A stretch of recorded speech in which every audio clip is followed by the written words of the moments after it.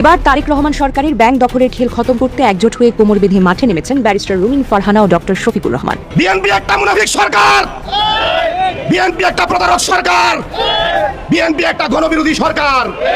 শুধু স্মরণ করে দিতে চাইবো সরকারকে, শেখ হাসিনা 2009 সালে ক্ষমতায় এসে বলেছিল এদেশের মানুষকে 10 টাকা কেজি চাল খাওয়াবে, বলে নাই? বিএনপি সরকার ক্ষমতায় এসে বলেছিল 2 বছর ধরে বিদ্যুতের দাম বৃদ্ধি করবে না, বিদ্যুতের দাম কমাইবে। তারেক রহমানের সরকার গবেষণা লাগে না, মাস্টার ডিগ্রি পাস লাগে না। এখন আমাদের সম্মানিত রিকশাওয়ালা যাত্রী সাধারণ আলোচনা করছে এই সরকারকে পতনের জন্য আন্দোলন করতে হবে কিনা। এই সরকার বাংলাদেশের মানুষের সাথে সংস্কারের কথা বলে পল্টি মেরেছে। এই সংস্কার বলেছিল বিচার হবে আওয়ামী লীগের, তারা আইবি রহমানকে মুক্তি দিয়েছে। এই সরকার বলেছিল 2 বছর আগে জ্বালানির মূল্য বৃদ্ধি হবে না, বিদ্যুতের দাম বৃদ্ধি হবে না, তারা আবার জনগণের সাথে পল্টি দিয়েছে। জামাত ইসলামকে ঠেকাতে গিয়ে জমিয়তের যে ঘৃণ্য চক্রান্ত, এটি আজ প্রকাশ্যে এসেছে। জমিয়ত নেতা ফারুক তিনি মনের ভুলে নেতা শুভেন্দু অধিকারীকে জুতা পেটাও করা হয়। প্রশ্ন হচ্ছে, কি বললেন বিজেপি নেতা? শুভেন্দু অধিকারীকে গোটা শুনবেন কেন? কেন দিচ্ছে ওই হিন্দু মুসলমানের লড়াই বাঁধাচ্ছে। এদিকে আজ শুভেন্দু অধিকারীকে বেঁধে পেটাচ্ছে পশ্চিমবঙ্গের সাধারণ জনগণ। পশ্চিমবঙ্গের প্রত্যেকটা জনগণ এখন সরকার বিরোধী আন্দোলন করছে। নরেন্দ্র মোদী সহ শুভেন্দু অধিকারীর পদত্যাগ চায়। অন্যদিকে মমতা ব্যানার্জি গোপনে অ্যাকশন নিচ্ছে।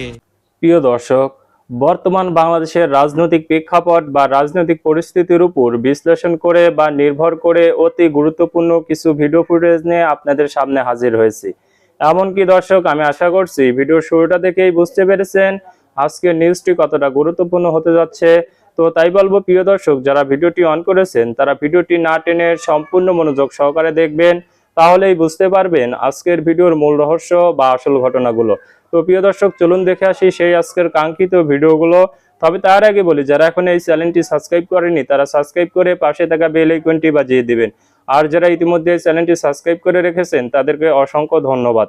তো চলুন দর্শক, আমরা একটা লাইক দিয়ে ধারাবাহিকভাবে ভিডিওর সকল বিস্তারিত আলোচনা দেখে আসি। মাননীয় প্রধানমন্ত্রী, আপনার বড় ধরনের ক্ষতি হবে যদি এটি আপনি করেন।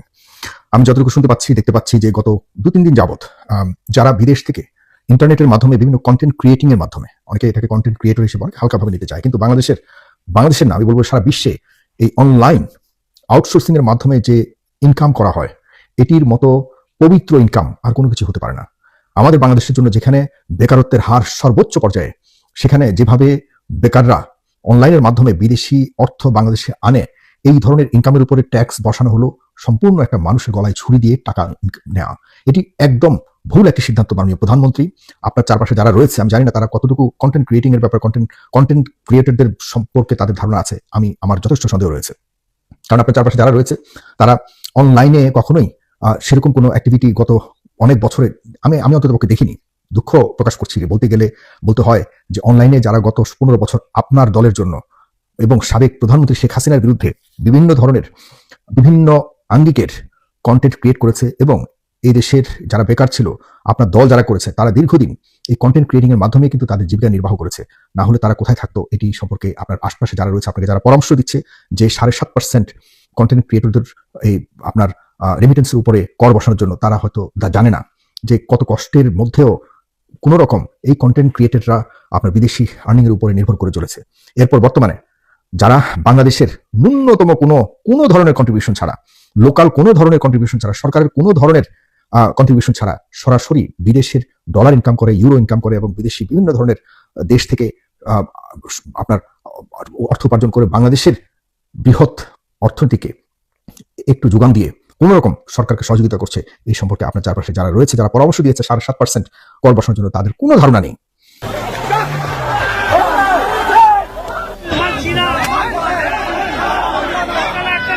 শুভেন্দু অধিকারীকে গোটা শুনবেন কেন? কেন দিচ্ছে ওই হিন্দু মুসলমানের লড়াই বাঁধাচ্ছে। এই চুরি গবে ও কেন মুসলমানদের অপরাধ এত কিনা করছে, সেইটাই চাই আমরা দেখতে। প্রত্যেকটা ঘটনার আগেও কি করে বলে যে এই দিনে অমুক দিনে একটা করে বোমা ফাটাবো, তার মানে বোমা ফাটানোর বিভিন্ন রসদ শুভেন্দু অধিকারীর কাছে প্রস্তুত আছে। বিজেপিকে আমরা হারাবো হারাবো আর শুভেন্দুকে আমরা নন্দীগ্রাম ছাড়া করব। নন্দীগ্রামে আগুন জ্বলছে ক্ষোভের। জনরোষের মুখে এবার পালাতে বাধ্য হলেন বিজেপির বিতর্কিত নেতা শুভেন্দু অধিকারী। স্থানীয়দের দাবি তার সাম্প্রতিক উস্কানি নন্দীগ্রামের ধর্মীয় সম্প্রীতির ওপর বড় আঘাত এনেছে। একসাথে বসবাসকারী হিন্দু মুসলমানেরা বলছেন এই বিভেদকামী নেতার স্থান আমাদের গ্রামে নেই। কেন আজকে আমরা বিভিন্ন ভাগে ভাগ হয়ে আছি ভাই? আমরা আলাদিস, আমরা আমরা এই নিয়ে আমাদের মুসলমানদের মেন ফ্যাক্ট ইস্যু হয়ে দাঁড়িয়েছে। আমরা সকল মুসলিম এক, কোনো বিধায়ক দেখবো না, কোনো আমাদের ধর্ম আগে, আমরা ধর্মকে আগে প্রাধান্য দেবো। এর আগে গত 11 তারিখ রাতে গোপনে নিজের গ্রামে ঢোকার চেষ্টা করেন শুভেন্দু, কিন্তু মুহূর্তেই খবর ছড়িয়ে পড়ে। গ্রামবাসীরা জড়ো হয়ে শুভেন্দুর গাড়ি বহর লক্ষ্য করে ইট পাটকেল ছুটতে শুরু করে। স্লোগান ওঠে শুভেন্দু হটাও শান্তি বাঁচাও। জনতার রোষ এতটাই প্রবল ছিল যে দেহরক্ষীদের সহায়তায় শুভেন্দুকে পালাতে হয় এলাকা থেকে। শুধু বিক্ষোভ নয়, মাটিয়া, চালুকিয়া ও মোহনপুর থানায় একাধিক মামলা দায়ের হয়েছে তার বিরুদ্ধে। অভিযোগ, ধর্মের নামে বিদ্বেষ ছড়ানো, সংখ্যালঘুদের হুমকি এবং প্রতিবেশী দেশগুলোকে নিয়ে অশালীন মন্তব্য। হিন্দু এলাকায় তৃণমূল নিষিদ্ধ হবে। এই মেদিনীপুরের মাটিতে আর একটা কুলাঙ্গার তৈরি হয়েছে। গোটা পশ্চিম বাংলা জুড়ে মানুষে মানুষে বিভাজন তৈরি করছে, উগ্র সাম্প্রদায়িকতার বীজ বপন করতে চাইছে। এ দল ও দল লাফানোর পর এখন বিজেপিতে গিয়ে পড়েছে। আইএসএফ, তৃণমূল ও কংগ্রেস 3 দলই একসাথে শুভেন্দুর বিরুদ্ধে আইনগত ব্যবস্থা চেয়েছে। তৃণমূল নেতা সিদ্দিকুল্লাহ চৌধুরী ও কংগ্রেস নেতা আলী ইমরান রামস বলেন, এই নেতা পশ্চিমবঙ্গে হিন্দু মুসলমানদের মধ্যে বিভাজন তৈরি করেছেন। অবিলম্বে তাকে গ্রেফতার করতে হবে। তবে এখানেই শেষ নয়, বিধানসভা থেকেও 30 দিনের জন্য সাসপেন্ড করা হয়েছে শুভেন্দু অধিকারীকে।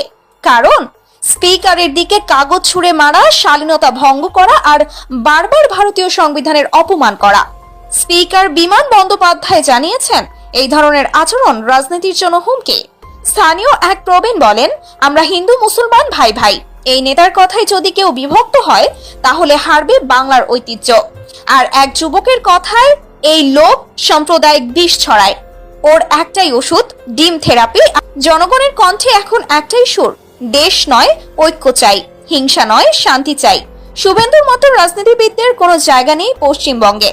বাংলার মাটি বহু আগেই প্রমাণ করেছে, ধর্মের নামে বিভেদ নয়, এখানে সব ধর্মের মানুষ একসাথে ছিল, আছে আর থাকবে। শুভেন্দুর ঘৃণার রাজনীতি বাংলার মানুষের ভালোবাসা ও ঐক্যের কাছে হার মানছে। ধর্ম নিরপেক্ষতার মুখোশ কি তবে পুরোপুরি খসে পড়ল? বিশ্বের বৃহত্তম গণতন্ত্র ভারত কি এক গৃহযুদ্ধ বা তথাকথিত ধর্মযুদ্ধের দিকে ধাবিত হচ্ছে?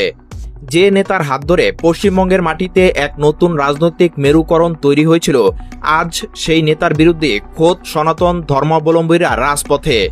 পশ্চিমবঙ্গের বিধানসভার বিরোধী দলনেতা শুভেন্দু অধিকারী পদত্যাগের দাবিতে কেন আজ উত্তাল খোদ হিন্দু সমাজ? রাজনীতির দাবার চালে কোথায় ভুল করলেন এই হেভিয়েট নেতা, যার খেসারত দিতে হচ্ছে পুরো রাজ্যকে? আজ আমরা কোনো দলীয় চশমা না পরে ভারতের এই বিপজ্জনক রাজনৈতিক মোড় এবং শুভেন্দুর পদত্যাগের দাবির ভিতরের আসল সত্য উন্মোচন করব। পুরো ভিডিওটি শেষ পর্যন্ত দেখুন, কারণ আজকের বিশ্লেষণ ভারতের ভবিষ্যৎ রাজনীতির এক ভয়ঙ্কর রূপরেখা উন্মোচন করতে যাচ্ছে। 27 তারিখ বিকালে মহামিছিল হাজরা থেকে এক্সাইট, মমতা ব্যানার্জির পরাজয়ের শোভাযাত্রা হবে। শুভেন্দু অধিকারীর রাজনৈতিক উত্থান মূলত তৃণমূল কংগ্রেসের হাত ধরে হলেও 2020 সালের শেষে বিজেপিতে যোগ দেওয়ার পর তার রাজনীতির ধারা সম্পূর্ণ বদলে যায়। বিশেষ করে নন্দীগ্রামে মমতা বন্দ্যোপাধ্যায়ের বিরুদ্ধে জয়ের পর তিনি নিজেকে পশ্চিমবঙ্গের হিন্দুত্বের অন্যতম প্রধান মুখ হিসেবে প্রতিষ্ঠিত করার চেষ্টা করেন। তার মুখে বারবার শোনা গেছে 70-30-এর সমীকরণ, অর্থাৎ রাজ্যের 30% মুসলিম ভোটার একচেটিয়াভাবে তৃণমূলের দিকে থাকলে বাকি 70% হিন্দু ভোটারকে একজোট করে ক্ষমতায় আসার কৌশল নিয়েছিলেন তিনি। কিন্তু রাজনীতিতে যখন ধর্মকে চূড়ান্ত হাতিয়ার করা হয় তখন তার ফলাফল সবসময় নিয়ন্ত্রণে থাকে না। শুভেন্দু অধিকারীর সাম্প্রতিক কিছু রাজনৈতিক সিদ্ধান্ত, বক্তব্য এবং দলীয় কোন্দল এমন এক পর্যায়ে পৌঁছেছে যা পশ্চিমবঙ্গের সনাতন ধর্মাবলম্বী বা হিন্দুদের একটি বড় অংশকে ক্ষুব্ধ করে তুলেছে। রোহিঙ্গা নাম্বার 1 হচ্ছে শুভেন্দু অধিকারী। আমি ধর্ম হিন্দু মুসলমান সবার পরে, আগে জন্মে আমরা বাঙালি, বাংলায় আমরা হিন্দু হতে পারি, মুসলমান হতে পারি, হিন্দু মুসলিম সবাই ভাই ভাই, আমরা আমাদের মধ্যে কোনো বিবাদ নেই। যে ভোটাররা একদিন তাকে ত্রাতা ভেবেছিল, আজ তারাই কেন তার পদত্যাগ চাইছে? শুভেন্দু অধিকারীর পদত্যাগের দাবির পেছনে মূল কারণগুলো কিন্তু কোনো মুসলিম বা বিরোধী শিবিরের চক্রান্ত নয়, বরং খোদ হিন্দু সমাজের ভিতর থেকে আসা তীব্র ক্ষোভ। এর পিছনে মূলত তিনটি বড় কারণ রয়েছে। প্রথমত, ক্ষমতার লোভ এবং সনাতন ধর্মের অবমাননা। অভিযোগ উঠেছে শুভেন্দু অধিকারী সনাতন ধর্মকে কেবলমাত্র ভোটের রাজনীতি এবং ক্ষমতার সিঁড়ি হিসেবে ব্যবহার করেছেন। সাধারণ হিন্দুদের আবেগ নিয়ে খেলে নিজের আখের গোছানো এবং নির্বাচনের পর সাধারণ কর্মীদের সুরক্ষায় ব্যর্থ হওয়া, এই বিষয়গুলো নিচতলার হিন্দু সমাজ ও বিজেপি কর্মীদের গভীরভাবে আঘাত করেছে। দ্বিতীয়ত, উগ্র মেরুকরণের পার্শ্ব প্রতিক্রিয়া। শুভেন্দু অধিকারীর অতি আগ্রাসী মুসলিম বিদ্বেষী কার্ডের কারণে রাজ্যের আইনশৃঙ্খলার চরম অবনতি হয়েছে। জামাত ইসলামকে ঠেকাতে গিয়ে জমিয়তের যে ঘৃণ্য চক্রান্ত, এটি আজ প্রকাশ্যে এসেছে। জমিয়ত নেতা ফারুক তিনি মনের ভুলে তার ভিতর থেকে যখন আবেগ উতলিয়ে উঠেছে তখন এগুলো গড়গড় গড়গড় করে বলতে শুরু করেছে। তিনি ব্যাখ্যা করতে গিয়েছিলেন যে বিএনপি তার সাথে কি আচরণ করেছে, সবকিছু বাদ দিয়ে বিএনপির সাথে তিনি জোট করলেন জামাতকে ঠেকানোর জন্য। সেই বিএনপি তার সাথে যে আচরণ করেছে, বিএনপি এর ফল পাবেই পাবে। এই বিএনপির হাতে এই দেশ, বিএনপি আমার সাথে যে আচরণ করছে এর ভোগান্তি বিএনপি ভুগবে, এটা তো লসের ভিত্তিতে। আমি তো দেশ বাঁচাইলাম, সিদ্ধান্ত যদি না নিতাম তাহলে কি হইতো? আওয়ামী লীগ চলে গেছে, আর বিএনপি এতদিন কোনটা অবস্থায় ছিল, যার কারণে এরা এই টানছে। আর এদের মধ্যে এদের ছাত্র সংগঠনের লোক আপনার ছিল, যার কারণে এই টানছে। তারা এই সিদ্ধান্ত নিচ্ছে তারা হুকুমত করবে বিপুল আসনে পাস করে। এক জমিয়ত, যে জমিয়তের কারণে কোমর ভাঙ্গি পড়ছে, এরকম তিনি একটা দাবি করেছেন। এখন জমিয়তের এই নেতা ফারুক, তার কথায় বিএনপি ফল পাবে, আল্লাহ কি তার কথায় ফল দিয়ে দেবে? তার কথায় আল্লাহ বিএনপির উপরে নাকশ হবে, এরকম ভাবার কোনো কারণ আছে? তিনি কে? তিনি কি মানে আল্লাহর খুব নিকটবর্তী কেউ? তাহলে তিনি এই দাবি কি করে করলেন? ফারুকের এই বক্তব্যের পরে সামাজিক যোগাযোগ মাধ্যমে বাংলাদেশের মানুষের ভিতরে তীব্র একটা আলোচনা সমালোচনার জন্ম দিয়েছে। আমি বিভিন্ন পোস্টে গিয়ে দেখলাম, কেউ কেউ বলছে যে আমরা আব্দুল্লাহ বিন উবাইকে দেখি নাই, তবে কোরআন হাদিসে যতটুকু পড়েছি জেনেছি আব্দুল্লাহ বিন উবাইয়ের চরিত্র, চেহারা, এটার যে বর্ণনা পেয়েছি তার সাথে এর হুবহু মিলে যায়। তো এরকম একজন ব্যক্তির বদদুয়ায় আল্লাহ বিএনপির উপরে নাকশ হবেন এবং বিএনপি তার ফল ভোগ করবেন, এমনটি হতে পারে? তিনি জামাতকে ঠেকানোর জন্য মূলত বিএনপির সাথে গিয়েছেন, একেবারে তিনি পরিষ্কার করে বলেছেন। এদের আবার অন্য কোনো দিক দিয়ে সমস্যা নেই, সমস্যা ওদের একটাই, আকীদা। কিছু মানুষ আছে দেখবেন তারা মুখ ঢেকতে গিয়ে বাকি সব খুলে ফেলে, ওইদিকে তাদের কোনো ভ্রুক্ষেপ থাকে না। তাহলে জামাতের প্রতি তাদের এই যে বিদ্বেষ, আসলে জামাত কি তাদের প্রতি এই বিদ্বেষ পোষণ করে? তারা পরিষ্কার করে বলছে যে জামাত যদি, জমিয়ত যদি বিএনপির সাথে না যেত তাহলে জামাত আরো আসন পেত। জামাত আসন পেলে তো তাদের আসলে ব্যবসা মন্দা যেত। বিশেষ করে চরমোনাই আছে যারা, চরমোনাইয়ের কথা আমি আগেই বলেছি, তাদের তো আসলে মুরিদ ব্যবসা। এই মুরিদ ব্যবসা, এখানে সব শ্রেণী পেশার মানুষ তাদের মুরিদ হয়, শুধু জামাতের নেতা কর্মীরা বাদে। তো চরমোনাই এই জিনিসটা চিন্তা করে নেই, তারা এটা ভেবেছে যে আমি তো জামাতের পক্ষে গিয়ে লাভ নেই, কারণ ওরা আমার মুরিদ হবে না, বরং আমি যদি ওদের সাথে যাই তাহলে আমার বাকি যে মুরিদ আছে, যে ব্যবসাটা আমি করে খাচ্ছি, এই ব্যবসায় চরম ধস নামবে। এই চিন্তা করেই কিন্তু তারা জামাতের সাথে জোট করে নেই। জমিয়ত ঠিক একই অবস্থা। তারা শেখ হাসিনাকে কওমি জননী উপাধি দিয়েছিল, অথচ শেখ হাসিনার আশেপাশে যারা, তারা এই কওমি মাদ্রাসাটাকে বাংলাদেশ থেকে তুলে দেওয়ার জন্য সদা তৎপর। শেখ হাসিনার নিজের হাতে গড়া যে শাহবাগ, এই শাহবাগীরা তো কওমিদেরকে দুই চোখ দিয়ে দেখতে পারে না। তারা সেখানে গিয়ে যে শেখ হাসিনাকে কওমি জননী উপাধি দিয়েছিল, কওমি মাদ্রাসা রক্ষা করার জন্য তারা এখন আবার বিএনপির কাছে গেছে। আওয়ামী লীগের চেয়ে বিএনপিতে বামপন্থী বেশি, ইসলাম বিদ্বেষী বেশি। তারা কওমি মাদ্রাসাগুলোতে বলাৎকার হয়, এ হয়, সে হয়, এটা নিয়ে প্রতিদিন তারা ফেনাও তুলে ফেলে মুখে। অথচ ফারুক গেছে বিএনপিতে কওমি মাদ্রাসা বাঁচানোর জন্য। এরপরে জামাতের আমির, তিনি এই ঢাকা 15 আসনে, এখান থেকে তিনি নির্বাচিত হয়েছেন। এইখানের একটা মাদ্রাসাকে, কওমি মাদ্রাসাকে, তিনি তার যে বিরোধী দলীয় নেতা থাকা অবস্থায় 5 বছর ধরে তিনি যে সম্মানী পাবেন, পুরা সম্মানীটা ওয়াকফ করে দিয়েছেন একটা কওমি মাদ্রাসায়। শুনুন তার কথা। প্রত্যেক মাসের একটা সম্মানী পাতা, সেটা আল্লাহর মেহেরবানি এই আসনের একটা কওমি মাদ্রাসার জন্য পুরো 5 বছরের জন্য আমি ওয়াকফ করে দিয়েছি। জামাত ঠেকাও আন্দোলনে গিয়েছে তারা, শুধু জামাত ঠেকাও আন্দোলন বেগবান করার জন্য শুধু তারা বিএনপিতে গেছে। বিএনপি কবে কার সাথে চুক্তি সম্পাদন করেছে? তারা তো তাদের ইশতেহারে যেটা আছে জনগণের সাথে যে ওয়াদা করেছে সেটাই মানে না। আর তারা মাহমুদুর রহমান মান্নার সাথে যে ওয়াদা করেছিল সেটা না মানার কারণে মাহমুদুর রহমান মান্না পরে সেখান থেকে সরে গেল। অথচ জমিয়ত গেছে ওখানে কওমি মাদ্রাসা বাঁচাইতে। যাই হোক, এদের রাজনৈতিক বুঝপাট্টা, প্রজ্ঞা এখনো একেবারে শূন্যের চেয়েও শূন্যে অবস্থান করছে। আরো এদের অন্তত 100 বছর বাংলাদেশে রাজনীতি করতে হবে। মানুষের চরিত্র সম্পর্কে এদের জানাশোনার চরম অভাব রয়েছে, পড়াশোনারও প্রচন্ড অভাব। একমুখী পড়ালেখায় তারা অভ্যস্ত, বাকি ওই মুখী ছাড়া আর পৃথিবীতে যে অসংখ্য জ্ঞান রয়েছে এখানে তারা একেবারে জিরো জিরো জিরো জিরো। সুতরাং তারা সেদিকে মনোযোগ দেবে এই আশা রাখি। এরপরে দ্বিতীয় একটা বিষয় খুব জোরে সোরে আলোচনা হচ্ছে আজ 2 দিন, বিএনপি নতুন করে একটা সমালোচনার মুখে পড়ছে খলিলুর রহমানকে নিয়ে। আপনারা জানেন খলিলুর রহমান তিনি জাতিসংঘের সাধারণ পরিষদের সভাপতি নির্বাচিত হয়েছেন। এই সাধারণ পরিষদের সভাপতি নির্বাচিত হওয়ার কারণে আমরা আগেই খলিলুর রহমানকে অভিনন্দন জানাই। এরকম একটি পদ বাংলাদেশের মানুষ, বাংলাদেশের একজন মন্ত্রী বাংলাদেশ থেকে হয়েছে, আমরা অভিনন্দন জানাই। বিএনপিও এখন এইটা নিয়ে প্রচন্ড উচ্ছ্বসিত। খলিলুর রহমানের প্রশংসায় তারা ভাসছে, প্রশংসা করারই কথা।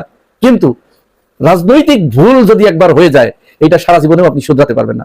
আপনি এখন খলিলুর রহমানকে যে প্রশংসা করছেন, তাহলে এই প্রজ্ঞাটুকু কি আপনার আজ থেকে 4 মাস আগে ছিল না? খলিলুর রহমান সম্পর্কে তাহলে কেন ওই দিন আপনারা উঠে পড়ে লেগেছিলেন তাকে বাতিল করার জন্য, ইউনূস সরকারকে বিতর্কিত করার জন্য এবং ইউনূসকে বেকায়দায় ফেলানোর জন্য, ইন্টারিমকে বেকায়দায় ফেলানোর জন্য বিএনপির নেতাদের পক্ষ থেকে খলিলুর রহমান সম্পর্কে হেন কোনো বক্তব্য নাই, যা প্রায় আমরা শুনি নাই।